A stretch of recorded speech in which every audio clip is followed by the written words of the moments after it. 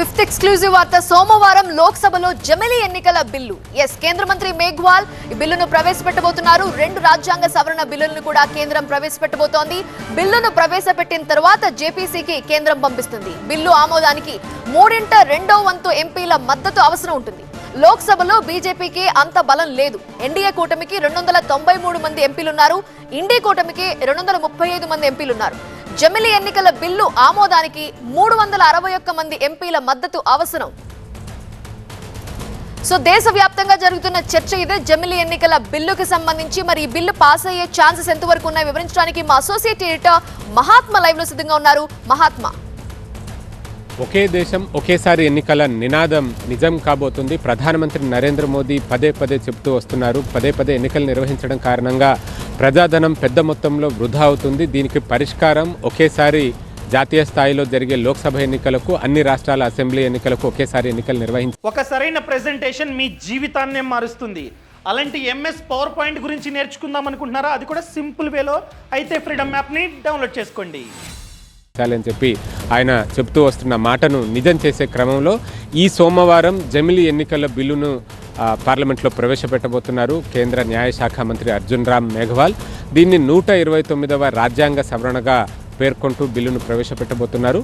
నిపుణులు గతంలో అంటే రామ్నాథ్ కోవింద్ నేతృత్వంలో ఒక కమిటీని ఏర్పాటు చేసి ఆ కమిటీ విస్తృతంగా అధ్యయనం చేసి దేశవ్యాప్తంగా అనేక మంది మేధావుల నుంచి మొదలుపెట్టి రాజకీయ పార్టీల అభిప్రాయాలను సేకరించింది. అందులో 30కి పైగా రాజకీయ పార్టీలు ఈ జమిలి ఎన్నికల ప్రతిపాదనను ఆమోదిస్తూ అంగీకారం తెలిపాయి.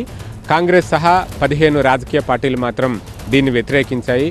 అలాగే మేధావులు కూడా తమ అభిప్రాయాలను వ్యక్తపరిచారు.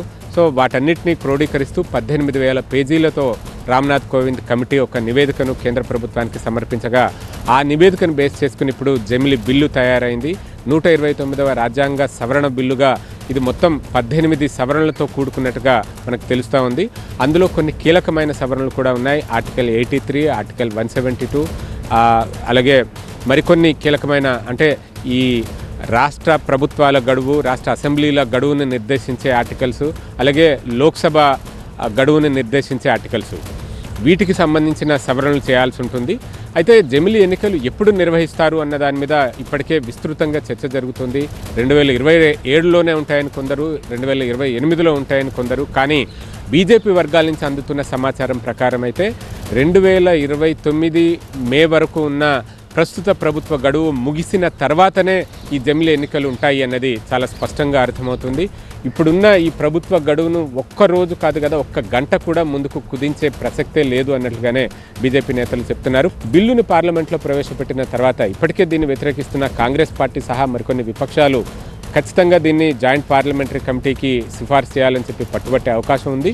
మరి కేంద్ర ప్రభుత్వం సిఫార్సు చేస్తుందా లేదా అన్నది ఎదురు చూడాలి. ప్రభుత్వ వర్గాలైతే ఆల్రెడీ దీని మీద అన్ని రకాలుగా అధ్యయనం చేసి రామ్నాథ్ కోవింద్ మాజీ రాష్ట్రపతి నేతృత్వంలోనే కమిటీ ఇచ్చిన నివేదికను బేస్ చేసుకుని బిల్లును తీసుకొచ్చాం కాబట్టి మళ్ళీ జేపీసీ పరిశీలనకు పంపాల్సిన అవసరం లేదు అన్న అభిప్రాయంతో అధికార పక్షం ఉంది.